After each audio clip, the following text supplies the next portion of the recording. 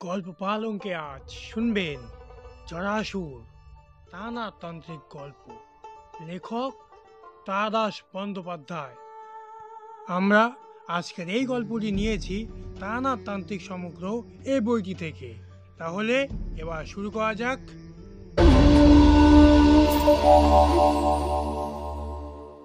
সন্ধ্যে আসরে একদিন তারানাথকে বললাম, আপনার ছোটবেলার গল্প বলুন তো, শুনতে ইচ্ছে করে। তারানাথ হেসে বলল, তোমাদের কথায় অনেক দিন বাদে মনে পড়ল আমারও একটা ছোটবেলা ছিল বটে। মাতৃগর্ভ থেকে ভূমিষ্ঠ হয়েই বাউন্ডুলে নই। কি গল্প শুনতে চাও? দেখলাম তারানাথের চোখ কেমন যেন করছিল, স্বর্ণনীল আর ভাষা ভাষা হয়ে এসেছে। শৈশবের স্মৃতি সব মানুষকে উদাস করে দেয়।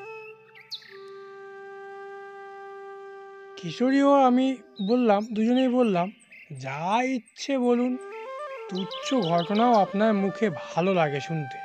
আচ্ছা বলছি, একটি কথা, আপনি কি আগে থেকেই জানতেন যে আপনার জীবন এইরকম হবে, বা ধরুন ছোটবেলায় কোনো আভাস পাননি? উত্তরে তারানাথ কিশোরীর দিকে তাকিয়ে বলল, আমার সিগারেট ফুরিয়ে গিয়েছে। কিশোরী তৎক্ষণাৎ বেরিয়ে গিয়ে মোড়ের দোকান থেকে এক বাক্স পাসিংস এনে তারানাথের সামনে রাখল। তারানাথ একটি ধরিয়ে নিয়ে তৃপ্তি মুখে ধোয়া ছেড়ে বলল, সত্যি কথা বলতে কি, আজ দুদিন একটা পয়সাও আমদানি হয়নি। না হাত দেখা, না সস্তায়ও, না কিছু। সংসারের নৌকো একেবারে বালির চড়ায় ঠেকে গিয়েছে। তাই আর লজ্জা করলাম না, সিগারেটটা চেয়েই নিলাম। আরে না না না, এ কি কথা! পৃথিবীতে কিছু না দিলে কিছু পাওয়া যায় না। গল্প শোনা একটা দক্ষিণা আছে কি? ওই দক্ষিণাই মনে করেন। আপনি রোজ রোজ গল্প বলেন আর তার পরিবর্তে আমরা কিছু দেব না, তা কি হতে পারে? তারানাথ হেসে বলল, ভালো, তোমার দেওয়াটা তুমি সুন্দর কথা দিয়ে ঢেকে দিলে। ফাঁকিটা ধরতে পারলাম বটে, তবুও আমার নেওয়ার লজ্জাটা ঢাকা পড়ল। বেশ, কতকের দক্ষিণা বলেই নিলাম না হয়। বাইরে শেষ বিকেলে আলো গাঢ় হয়ে এসেছে। বৈঠকখানার জানলা দিয়ে কিছুক্ষণ বাইরে তাকিয়ে থাকলো তারানাথ। তারপর একটা দীর্ঘ নিঃশ্বাস ফেলে বলল, হ্যাঁ, ছোটবেলাকার কথা মনে পড়লে বুকের ভেতরটা কেমন করে। কোথায় গেল সেই সব সবুজ মাঠ, মুক্ত হাওয়া, আমতলায় ছুটোছুটি করে বেড়াবার দিন। আর এই এখন কোথায় পড়ে আছি দেখো, নোংরা পরিবেশ। ঘরের মধ্যে দিনের বেলা অন্ধকার, নর্দমা থেকে পাঁকের গন্ধ ভেসে আসে সারাদিন। না, সেসব দিন আর ফিরবে না, ফেরে না। তারপর সব কিছু ছেড়ে ফেলবার ভঙ্গিতে হাত নেড়ে তারানাথ বলল, যাক, যা গিয়েছে তা তো আর ফিরবে না, বরং আমার স্মৃতিতে এই সমস্ত উজ্জ্বল হয়ে থাক। পাসিংস শেষ করে ছায়দানি হিসেবে ব্যবহৃত একটা নারকেলের মালার মধ্যে গুজে দিয়ে তারানাথ বলল, একটা ঘটনা বলি শোনো। বহুদিন আগেকার কথা, আমার 8-9 বছর বয়সের। একে ঠিক অলৌকিক বা অপ্রাকৃত ঘটনা বলা যায় কিনা জানি না, কারণ ব্যাহত তেমন কোনো কাণ্ড ঘটেনি। তবে শ্রেণী বিভাগ না করতে পারলেও গল্পটা তোমাদের ভালোই লাগবে। তোমরা তো জানো আমি গ্রামের ছেলে। বিরাট ধনী না হলেও আমাদের অবস্থা নিতান্ত খারাপ ছিল না। ঠাকুরদার তো ছোটোখাটো একটা তালুকি ছিল। আমি সংসারী না হওয়ায় আমার 2 ভাই বাবার মৃত্যুর পর সব নষ্ট করে ফেলে। ঠাকুরদা ছিলেন ভয়ানক রাশভারী মানুষ। সমস্ত বৈষয়িক ব্যাপার তিনিই দেখতেন। তিনি বেঁচে থাকতে বাবা কেবল মাছ ধরে বেড়াতেন, আর কিছু করবার ছিল না বলে। ঠাকুরদা যেন কেবল পয়সায় চিনতেন বা মামলা করে বেড়াতেন তা নয়। তার ঘরে অনেকগুলো সেকেলে ধরনের আলমারিতে ঠাসা ছিল নানা ধরনের বই। হাতে লেখা পুঁথিও ছিল কত।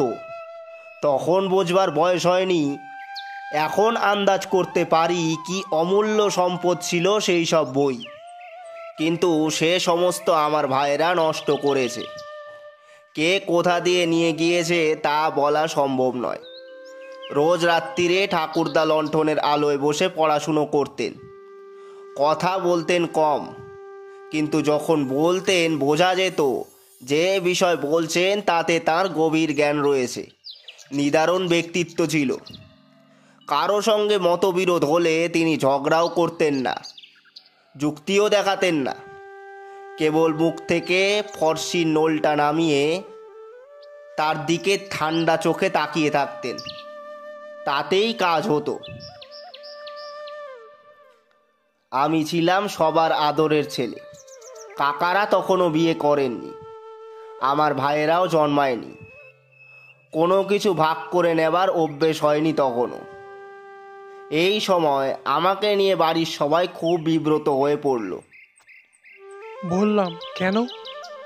তারানাথ বলল, সেইটাই গল্প, মনোযোগ দিয়ে শোনো। 8 বছর বয়স থেকে আমার হঠাৎ এক অদ্ভুত জ্বর আরম্ভ হলো। খেলাধুলো করে এসে রাত্রিরে ঠাকুমার পাশে শুয়ে রূপকথা শুনছি। হঠাৎ ঠাকুমা বললেন, দেখি তোর গা যেন গরম গরম লাগছে। হ্যাঁ, তোর বেশ জ্বর হয়েছে।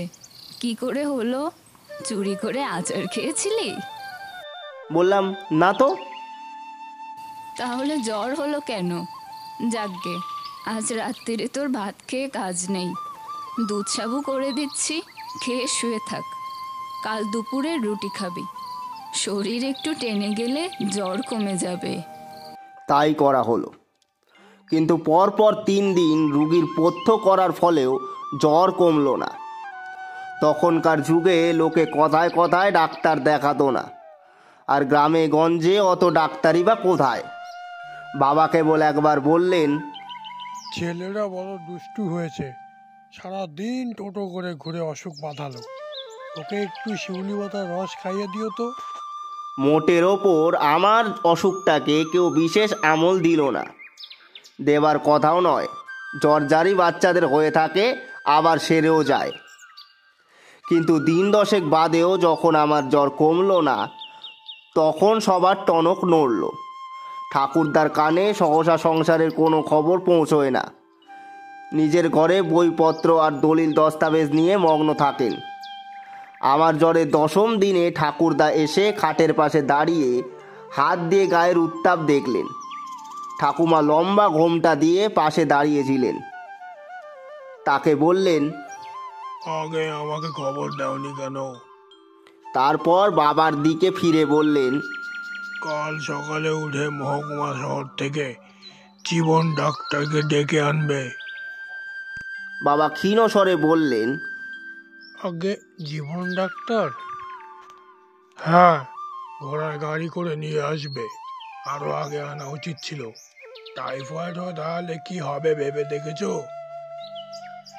বাবার মুখ শুকিয়ে গেল। তখন টাইফয়েড একটা কালান্তক রোগ বলে গণ্য করা হতো। ব্যাকটেরিয়া ফাঁজ আবিষ্কার হয়নি, শুধু জলচিকিৎসা হতো। বাবা পরের দিনই দুপুরের মধ্যে শহর থেকে বড় ডাক্তার নিয়ে এলেন। ডাক্তারবাবু বুকে নল বসিয়ে, পেট টিপে, জিভ দেখে আর মা আর ঠাকুমাকে অনেক প্রশ্ন করে তারপর বললেন, টাইফয়েড বলে মনে হচ্ছে না। বাবা জিজ্ঞাসা করলেন, তাহলে কি ম্যালেরিয়া? কাঁপুনি নেই, লিভার টিভার নয়। জ্বরও তো দেখছি একইভাবে চলছে, ছাড়ছে না। ম্যালেরিয়াও নয়। তাহলে বলতে পারছি না, আরও কদিন দেখতে হবে। একটা থার্মোমিটার কিনে রাখুন, রোজ 3-4 বার জ্বর দেখে লিখে রাখবেন। আপাতত একটা ওষুধ লিখে দিয়ে যাচ্ছি, সেটা খেয়ে কেমন থাকে জানালে তারপর দেখা যাবে। অর্থাৎ আন্দাজে চিকিৎসা শুরু হলো। এই সবে আরম্ভ। এরপরে যে কত ডাক্তার এলো আর কত যে ওষুধ খেলাম তার ইয়ত্তা নেই। পেটের মধ্যে ডাক্তারখানা খোলবার জোগাড় করে ফেললাম। কিন্তু বিচিত্র জ্বর কিছুতেই কমলো না। প্রায় 2 মাস হয়ে গেল। আমি তখন হাড় রোগা হয়ে গিয়েছি। মুখের ভেতর একটা তেতো স্বাদ সব সময় থাকে। জানলার ধারে শুয়ে দেখি গ্রামের হরেন, রামু, শিবেন এরা সবাই গুলতি হাতে পাখি মারতে যাচ্ছে কিংবা ছিপ হাতে চৌধুরীদের পুকুরের দিকে চলেছে। আমাকে দেখে ওরা জিজ্ঞাসা করে, কিরে জ্বর কমলো? আমি মাথা নাড়ি, ওরা চলে যায়। মা আর ঠাকুমা প্রায় খাওয়া দাওয়া ছেড়ে দিয়েছে। বাবার থমথমে মুখ দেখলে আমার বুকের মধ্যে কেমন করে। এর ভেতর একদিন তিনি কলকাতা থেকেও বড় ডাক্তার ধরে আনলেন। সবই হলো, কিন্তু আমার অসুখ সারল না। জ্বর খুব একটা বাড়ে না, কিন্তু গায়ে থেকেই যায়, ছেড়ে যায় না একেবারে। ওহ, সে বড় ভয়ানক সময় গিয়েছে। একদম কাহিল হয়ে পড়েছিলাম। বিছানা থেকে উঠে দাঁড়াবার ক্ষমতা ছিল না। প্রথম দিকে ঠাকুমা কোলে করে বাথরুমে নিয়ে যেতেন। তারপর থেকে ওগুলো বিছানাতেই সারতে হতো। আমার কোনো মৃত্যু ভয় হয়নি, কারণ ওই বয়সে শিশু মৃত্যুকে চেনে না। কেবল খেলতে যেতে পারি না বলে, বাড়ি থেকে বেরোতে পারি না বলে মন খারাপ লাগতো। একদিন কেবল ভয় পেয়েছিলাম। বিকেলের দিকে ঘুমিয়ে পড়েছি। তখন আমার ঘুমোবার সময়ের কোনো ঠিক ছিল না। সব কেমন উলট পালট হয়ে গিয়েছিল। সারাদিন শুয়ে থাকা তো, যখন তখন ঘুমিয়ে পড়তাম। একদিন বিকেলে জেগে উঠে দেখি আধো অন্ধকার ঘরে মা আর ঠাকুমা দুজনে পায়ের কাছে দাঁড়িয়ে কেমন অদ্ভুতভাবে যেন আমার দিকে তাকিয়ে রয়েছেন। ভয় পেয়ে বলে উঠলাম, মা কি হয়েছে? মা প্রথমে উত্তর দিতে পারলেন না। এখন বুঝতে পারি কান্নায় তার গলা বুঝে গিয়েছিল। উত্তর না পেয়ে চেঁচিয়ে উঠলাম, কি হয়েছে? তোমরা এমন অদ্ভুতভাবে তাকিয়ে রয়েছো কেন? ঠাকুমা এগিয়ে এসে আমার বুকের ভেতর জড়িয়ে বললেন, কিছু হয়নি, চিৎকার করছিস কেন? থাম, শরীর অস্থির করবে। মা কথা বলছে না কেন? পুজো করতে যাবে কি না, তাই এই তো চান করে এলো। আজ যে বৃহস্পতিবার, পুজো না করে কথা বলতে নেই। তখনকার মতো চুপ করে গেলাম বটে, কিন্তু আমার বালক মনে ঘটনাটা গভীর ছাপ ফেলল। জ্বরের ঘোরে ঘুম থেকে উঠলে এমনিতেই মস্তিষ্ক যথাযথভাবে কাজ করে না। তারপর অন্ধকার ঘর, মায়ের অমনভাবে তাকিয়ে থাকা, এই প্রথম আবছাভাবে অনুধাবন করতে পারলাম আমার কিছু একটা হয়েছে।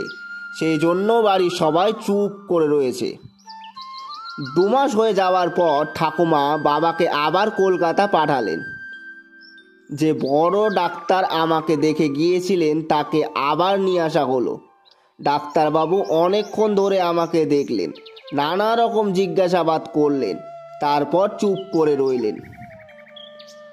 খাটের এধারে ঠাকুমা দাঁড়িয়েছিলেন। তিনি বললেন, কেমন বুঝলেন ডাক্তারবাবু?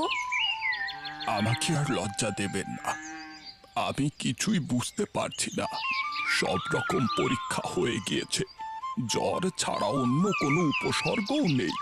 এ অবস্থায় কি চিকিৎসা করব?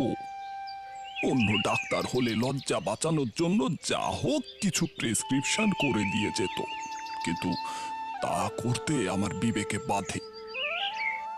অনেক অনুরোধেও তিনি ফি নিলেন না।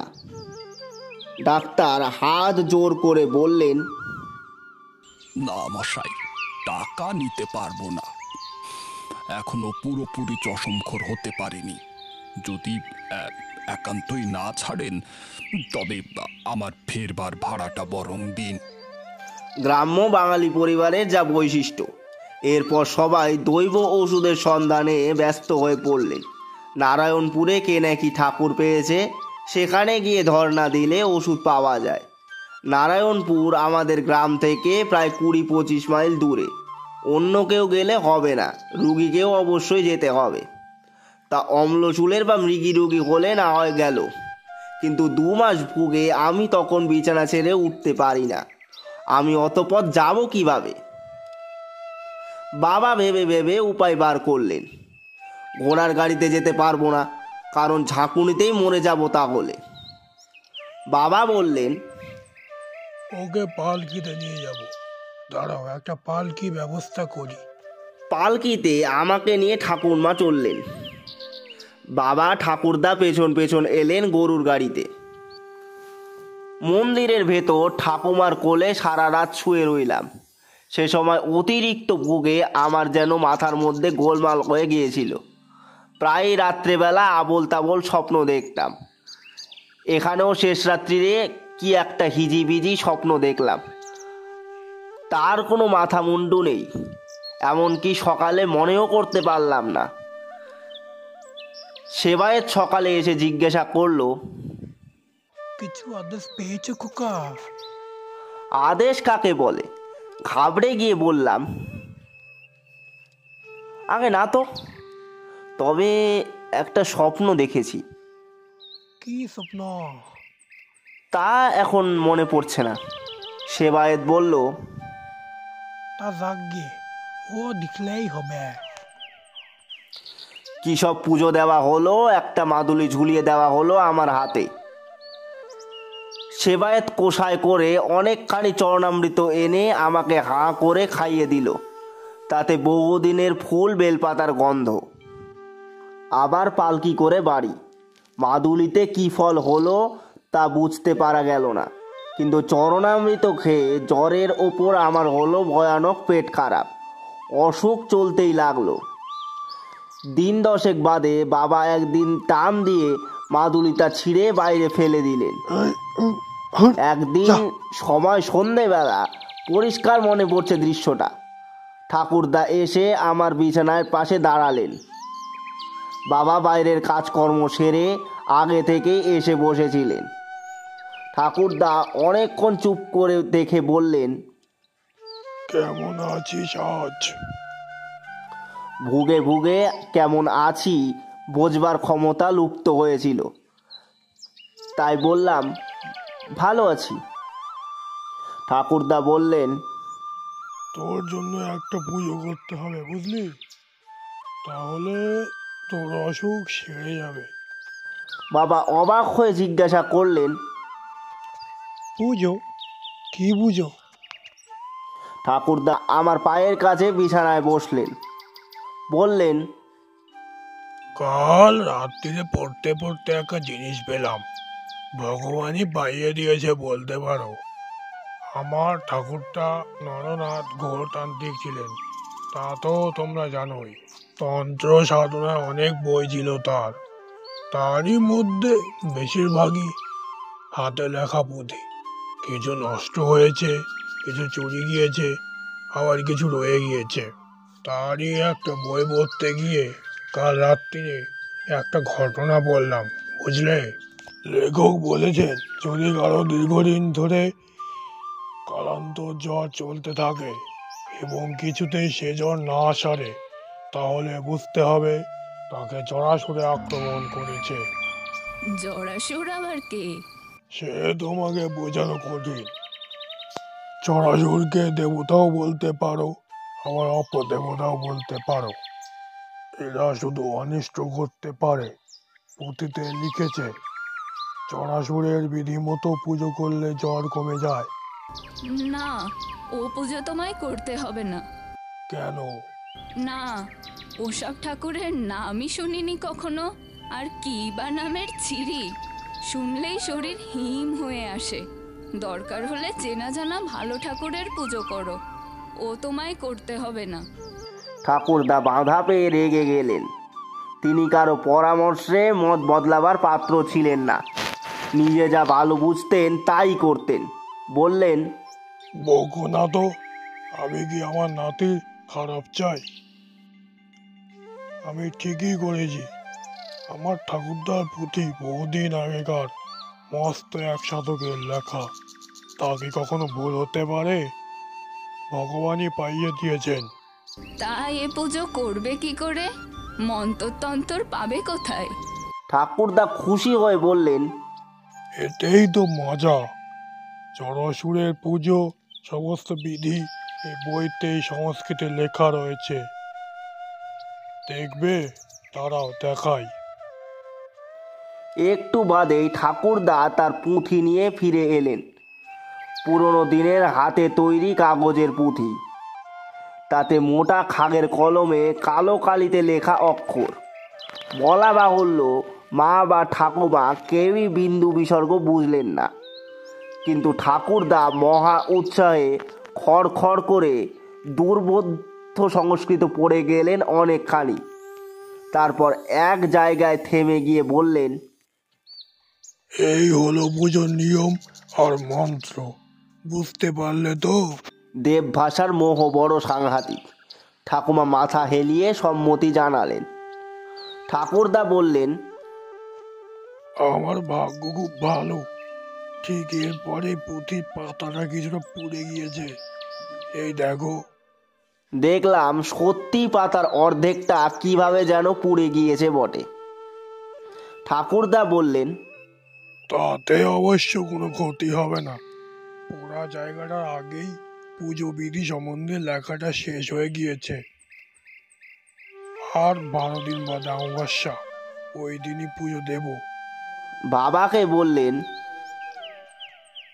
হরিশ কুমারের খবর দিস তো, কাল আমার সঙ্গে যেন দেখা করে। ঠাকুর গড়াতে দিতে হবে। বাবা বললেন, ঠাকুর গড়ানো হবে নাকি? তা হবে বই কি, নইলে পুজো হবে কি করে? কেমন ঠাকুর? ঠাকুরদা একটু কেশে নিয়ে বললেন, পুঁথিতে যা বর্ণনা রয়েছে তাতে দেখা যাচ্ছে জড়াসুরের চেহারা মানে খুব একটা সুন্দর নয় আর কি। তা সে কি আর করা যাবে। পরের দিন হরিশ কুমোর এসে হাজির হলো। ঠাকুরদা আদৌ ভূমিকা না করে তাকে বললেন, তোমাকে একটা নতুন ধরনের মূর্তি বানিয়ে দিতে হবে পুজোর জন্য, পারবে তো? আজ্ঞে, কিসের মূর্তি? জড়াসুর। জড়াসুর? সে কোন জিনিস বটে? ঠাকুরদা তাকে ব্যাপারটা অদ্যপস্থ বুঝিয়ে দিলেন। সময় নেই মোটে, 11 দিনের মধ্যে শেষ করতে হবে। 12 দিন পরে পুজো। মানে কর্তা মশাই, মূর্তি দেখতে কেমন হবে? ঠাকুরদা একটু ইতস্তত করে বললেন, 3টে মাথা হবে, বুঝলে? 6টা হাত, পেছনে একটা মোটা ল্যাজ থাকবে। আগে ল্যাজ? হ্যাঁ, ল্যাজ। আর গায়ে বড় বড় কাটা, গায়ের রং ঘোর কালো। 3টে লাল রঙের বড় বড় চোখ হবে, তার ভেতরে একটা চোখ থাকবে কপালে। লাল জিভ বের করে দাঁড়িয়ে আছেন জড়াসুর। কি পারবে তো? একটা নিঃশ্বাস ফেলে হরিশ বলল, আগে পারবো, তবে কথা হচ্ছে কি, এ পুজো কি না করলে হতো না?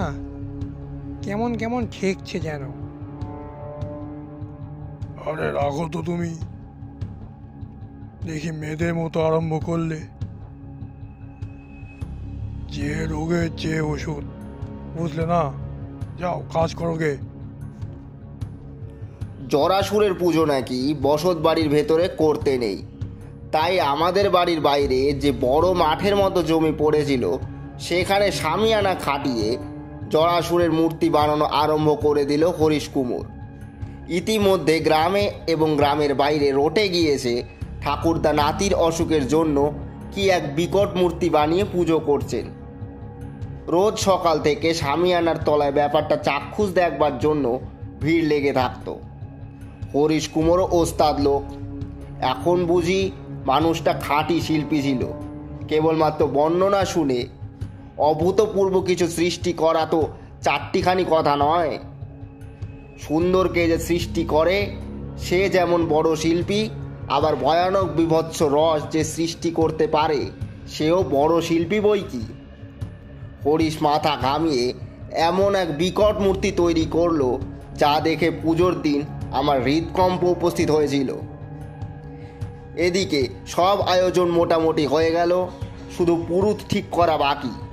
ঠাকুরদা নিজেই পুজো করবেন ঠিক করেছিলেন, কিন্তু এবার ঠাকুমা সমূর্তিতে ঝাঁঝালো গলায় জানিয়ে দিলেন যে ঠাকুরদা বিপত্নিক হওয়ার পর যা খুশি তাই করতে পারেন, তার আগে নয়। ঠাকুরদা সামান্য হলেও ঠাকুমাকে ভয় করতেন, ফলে তিনি গ্রামের 3-4 জন পুরুত বামুনের থেকে বেছে বেছে সব থেকে দরিদ্র রামজীবন চক্রবর্তীকে পাকড়াও করলেন। তখন জরাসুরের মূর্তি প্রায় তৈরি হয়ে এসেছে। সে বেচারি ঠাকুরের চেহারা দেখে ঘাবড়ে গিয়ে বলল, আগে আমার সাধ্যে কুলোবে না। ঠাকুরদা কার্য উদ্ধারের নানা বাস্তু উপায় জানতেন, তার মধ্যে সবচেয়ে ফলদায়ী উপায়টি প্রয়োগ করলেন। ঠান্ডা গলায় বললেন, ও তোমার অসুবিধা হচ্ছে বলছো, থাক তাহলে। জোর করে কাউকে দিয়ে গুণ কাজ করানো উচিত নয়, পুজো আচ্ছা তো আরই নয়। সাঁতরাগাছি থেকে তাহলে পুজো টানাতে হবে দেখছি। আসলে অনেকগুলো কাপড়, থালা বাসন, ফলাদি, তাছাড়া 1 মুঠো টাকা দক্ষিণা, এইসব বাইরে গ্রাম থেকে এসে কেউ নিয়ে যাবে এটা চাই নিয়ে বলেই তোমাকে বলেছিলাম। বরং দক্ষিণা কিছু বেশি লাগলেও গ্রামে পুরুত করলেই ভালো হতো। তা তোমার যখন অসুবিধে। রামজীবনের 2 বয়স্কা মেয়ে তখনও অবিবাহিতা। একজন ছেলে পড়াশুনো এবং পৈতৃক ব্যবসা ছেড়ে গ্রামে গ্রামে শখের যাত্রা করে বেড়ায়। কাজেই রামজীবন ইতস্তত করে বললেন, আগে না, অসুবিধে আর কি, তবে নিয়ম কানুন জানি নে, তাই এ পুজো তো বড় একটা হয় না। নিয়ম আমি তোমায় বলে দেব। 3 দিন ঠাকুরদা পুঁথি নিয়ে বসে সকাল সন্ধে রামজীবনকে জরাসুরের পুজোর বিধি বোঝালেন। শেষ দিন বললেন, এবার তোমাকে একটা দরকারি কথা বলি, শোনো হে ঠাকুর। মূর্তি কিন্তু বিসর্জন হবে না। রামজীবন বললেন, বিসর্জন হবে না? তবে কি থাকবে? না, থাকবে না। তবে? ঠাকুরদা কিছুক্ষণ চুপ করে বোধহয় ভাবলেন, ব্যাপারটা বললে ভালো হয়। তারপর বললেন, রামজীবন, পুজো হয়ে গেলে জরাসুরের মূর্তিটা গলিয়ে ফেলতে হবে।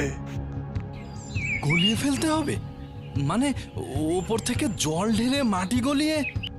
বাধা দিয়ে ঠাকুরদা বললেন, জল দিয়ে নয়, রক্ত দিয়ে। রক্ত? হ্যাঁ, বলির পশু আগে থেকেই এনে রাখতে হবে। পুজো হয়ে গেলে একের পর এক বলি পড়বে, আর সেই রক্ত দিয়ে স্নান করানো হবে ঠাকুরকে। বলি চলবে যতক্ষণ না সমস্ত মাটি গলে কাঠাম বেরিয়ে পড়ছে। যত পশু লাগে লাগুক। রামজীবন নির্বাক হয়ে বসে রইলেন। ঠাকুরদা বোধ হয় তার মনের ভাব বুঝতে পেরেছিলেন। হাত দুটো জড়িয়ে ধরে বললেন, রামজীবন, আপত্তি করো না ভাই, আর তোমাকে লোভ দেখাবো না। আমার নাতির অসুখ, তার কথা ভাবো। আমার বিশ্বাস এ পুজো না করলে সে বাঁচবে না। রাজি হও ভাই। মাথা নিচু করে রামজীবন বললেন, ভয় পাবেন না, কথা যখন একবার দিয়েছি কোনো কারণেই আর ফেরত নেব না। আপনার নাতিকে আমি আশীর্বাদ করছি। এইভাবে অমাবস্যা এলো। ভোর থেকে বাইরে পুজোর জায়গায় জোড়া ঢাক বাজছে। আগের রাত থেকে বাড়ির কেউ ঘুমায়নি। মা এবং ঠাকুমা সারা রাত জেগে পুজোর সাজ করে দিয়েছেন।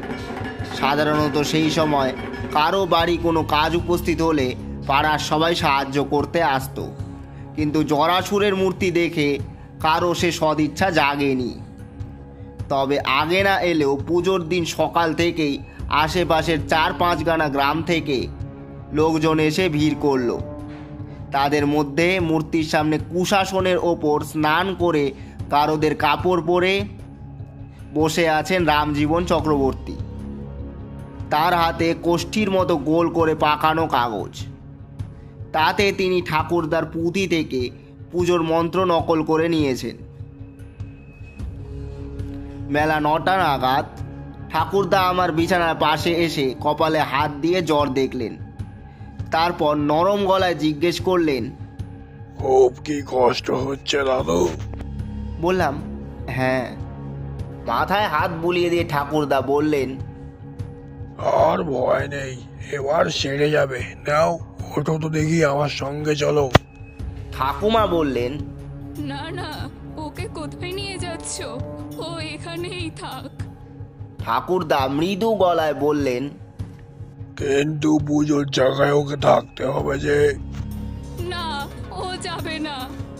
ঠাকুরদা আমার মায়ের দিকে ফিরে বললেন, বৌমা, ওকে বোঝাও তো, বলো যে আমার নাতিকে আমি কি কারোর চেয়ে কম ভালোবাসি। আমি বিছানা থেকে কোনো মতে উঠে দাঁড়িয়ে বললাম, চলো, আমি তোমার সঙ্গে যাব। বাড়ির পেছন দিকে খিড়কির পুকুর, তার পাড়ে এনে ঠাকুরদা বাবাকে বললেন, যাও, ওকে ধরিয়ে চান করিয়ে দাও, হাত ধরে নামাও ওই পইটা দিয়ে। পরিবারের সবাই আপত্তি করার ভাষা হারিয়ে ফেলেছিলেন। আমার গায়ে তখন কম করে 103 জ্বর। বাবা বিনা বাক্য ব্যয়ে আমাকে পুকুরে ডুব দিয়ে আনলেন। ঠাকুরদার হাতে গামছা আর নতুন কাপড় ছিল। সেই কাপড় পরে পুজোর জায়গায় গেলাম। সব লোক যেন কেমনভাবে আমার দিকে তাকিয়ে রয়েছে। ঠাকুরের মূর্তির সামনে বসে ওপর দিকে তাকালাম। এই প্রথম জরাসুরের মূর্তির সঙ্গে চোখাচোখি হলো। ওহ, কি ভয়ানক মূর্তি না বানিয়েছে হরিশ কুমোর। ঘোর কৃষ্ণ বর্ণ, শরীরে বড় বড় 3টে ভাঁটার মতো লাল চোখ, গায়ে পেরেখের মতো খোঁচা খোঁচা কাটা, 3টে মাথা, 6টা হাত, 6টা পা। পৃথিবীর সব কুশ্রিতকে একত্র করে ভয়াবহ দুঃস্বপ্নের জন্ম দিয়েছে এর স্রষ্টা। বাবা ঠাকুরদা আগে স্নান সেরে নিয়েছিলেন। তারা দুজনে আমার দুপাশে বসলেন। পুজো শুরু হলো। চারিদিকে বেদম ঢাকের আওয়াজ, ধুনোর ধোঁয়ায় চারিদিক অন্ধকার। রামজীবন চক্রবর্তী দৃপ্ত স্বরে মন্ত্রপাঠ করে চলেছে। আমি দুর্বল শরীরে কোনো মতে আসনে বসে আছি মাত্র। ঠাকুরদা এক হাতে আমাকে জড়িয়ে ধরে রয়েছেন। ঘণ্টা খানেক বাদে পুজো শেষ হলো। রামজীবন হেঁকে বললেন, সরে যাও, সব সরে যাও, এবার বলি। ঠাকুরদা কত করেছিলেন আমার জন্যে। অত বড় মূর্তি গলাতে কত ছাগল বলি দিতে হবে তার ঠিক কি? কাজেই নিখুঁত দেখে বহু ছাগল জোগাড় করে রাখা ছিল।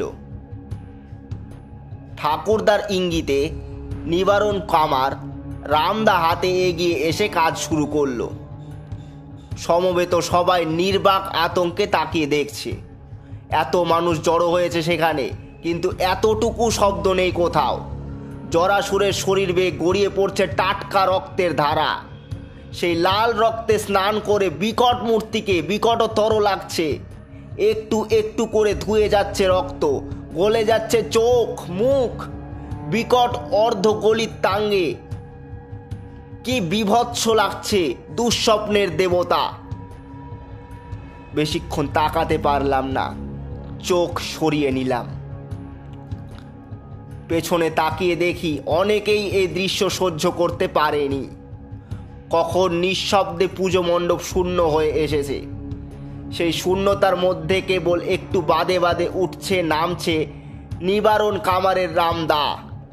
তারও চোখ জরাসুরের মতো লাল হয়ে উঠেছে, সর্বাঙ্গে চকচক করছে ঘাম।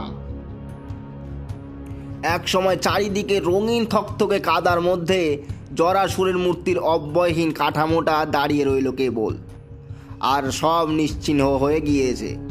আমি এলিয়ে পড়েছি ঠাকুরদার কোলের ভেতর।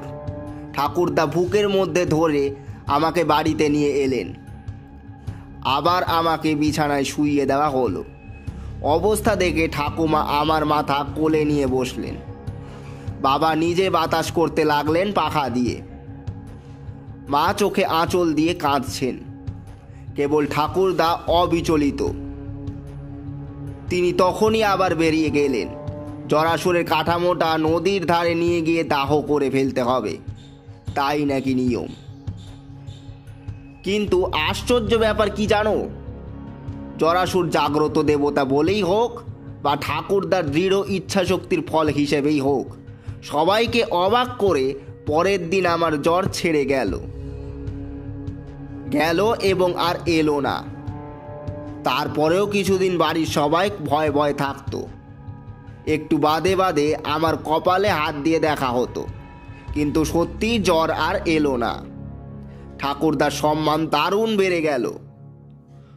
শুধু পরিবারের ভেতরে নয়, আশেপাশের বহু গায়ের লোক তাকে একজন বিচক্ষণ মহাপুরুষ বলে মনে করতে লাগলো। সারাদিন ধরে বিস্তর লোক নানান পরামর্শ নিতে আসতো।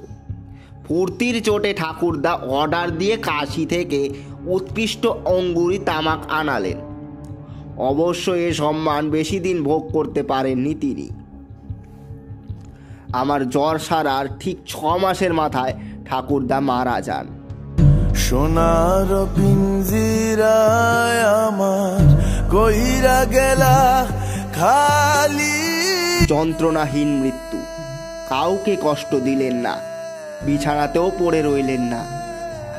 একদিন সকালে তাকে ডাকতে গিয়ে দেখা গেল বিছানায় তার প্রাণহীন দেহ পড়ে।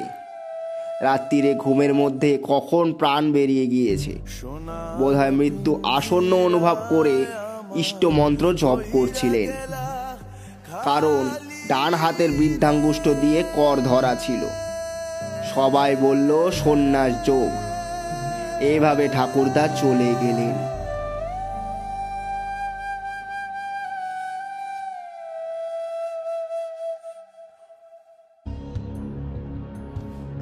ঘটনাটা এখানেই শেষ হতে পারত, কিন্তু হলো না। বিধাতা পুরুষ বড়ই রসিক। আমি জানতাম না যে এই ঘটনার একটা বৃহত্তর উপসংহার আছে। জানলাম প্রায় 25 বৎসর পরে। তখন আমার অনেক সাধুসঙ্গ করা হয়ে গিয়েছে, পাকা ভবঘুরে তান্ত্রিক তখন। একদিন ঘুরতে ঘুরতে এক গ্রামের প্রান্তে একজন সাধুর সঙ্গে মঠে আশ্রয় নিয়েছি সন্ধেবেলা। বেশ সৌম্যদর্শন সাধু, ভারী ভালো ব্যবহার করলেন আমার সঙ্গে। তার শিষ্যরা আমাকে যত্ন করে খাওয়ালো। রাত্রিরে সুন্দর শোবার জায়গা করে দিলে। পরের দিন সকালেই আমি চলে যাব, কিন্তু রাত্রিরে খাওয়ার পরে সাধুর কাছে তার আতিথেয়তার জন্য ধন্যবাদ জানিয়ে বিদায় নিতে গেলাম। প্রাথমিক আলাপের পর নানা বিষয় কথাবার্তা আরম্ভ হলো। অনেক রাত অবধি গল্পও চলল। কথায় কথায় সাধুকে জরাসুরের পুজোর ব্যাপারটা বললাম।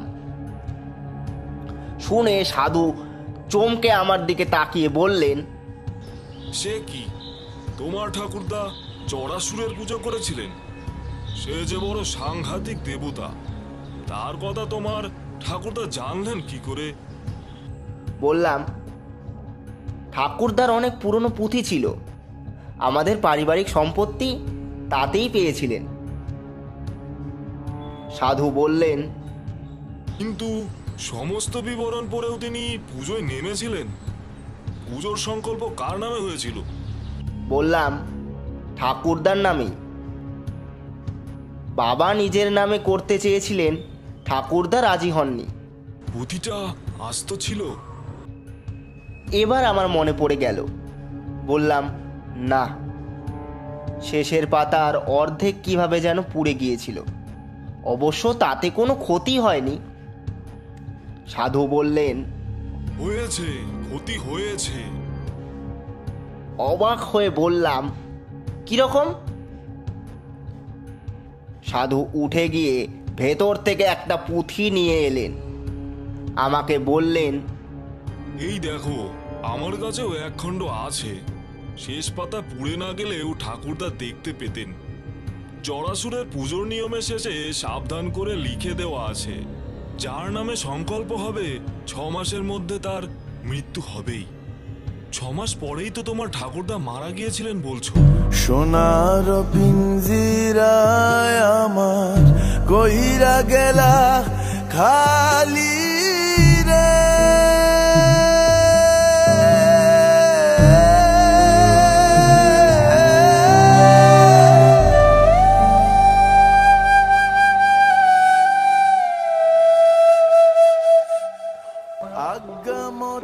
আমি নির্বাক হয়ে বসে রইলাম।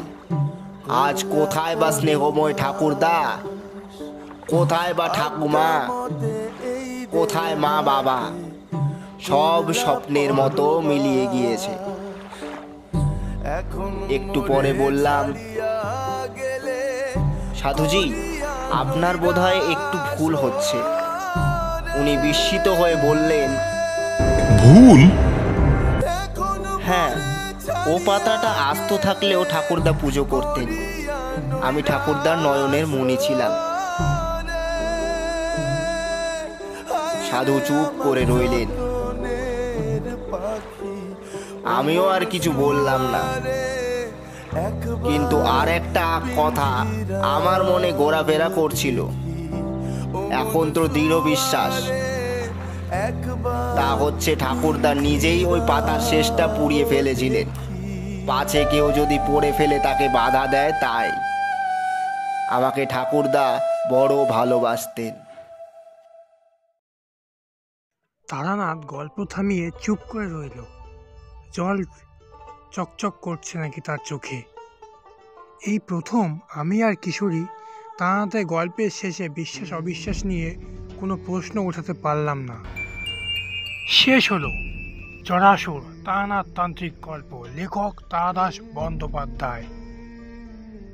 এই গল্পে যেসব তন্ত্র মন্ত্র, স্থান, কাল, পাত্র ইত্যাদি উল্লেখ রয়েছে সেগুলি শুধুমাত্র কাল্পনিক, বাস্তবের সাথে কোনো মিল নেই, এবং যদিও মিল পাওয়া যায় সেগুলি লেখক তার রোমাঞ্চকর আবহাওয়া ও প্লট তৈরির খাতিরে তৈরি করেছে।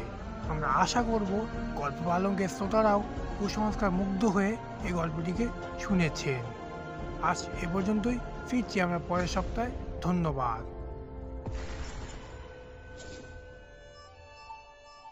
আপনারা যারা নতুন অথবা এর আগেও গল্প শুনেছেন আমাদের চ্যানেলে কিন্তু সাবস্ক্রাইব করেনি, তা অবশ্যই এখনই সাবস্ক্রাইব করে রাখুন। আমরা প্রতি সপ্তাহে এরকম গল্প নিয়ে আসতে থাকি।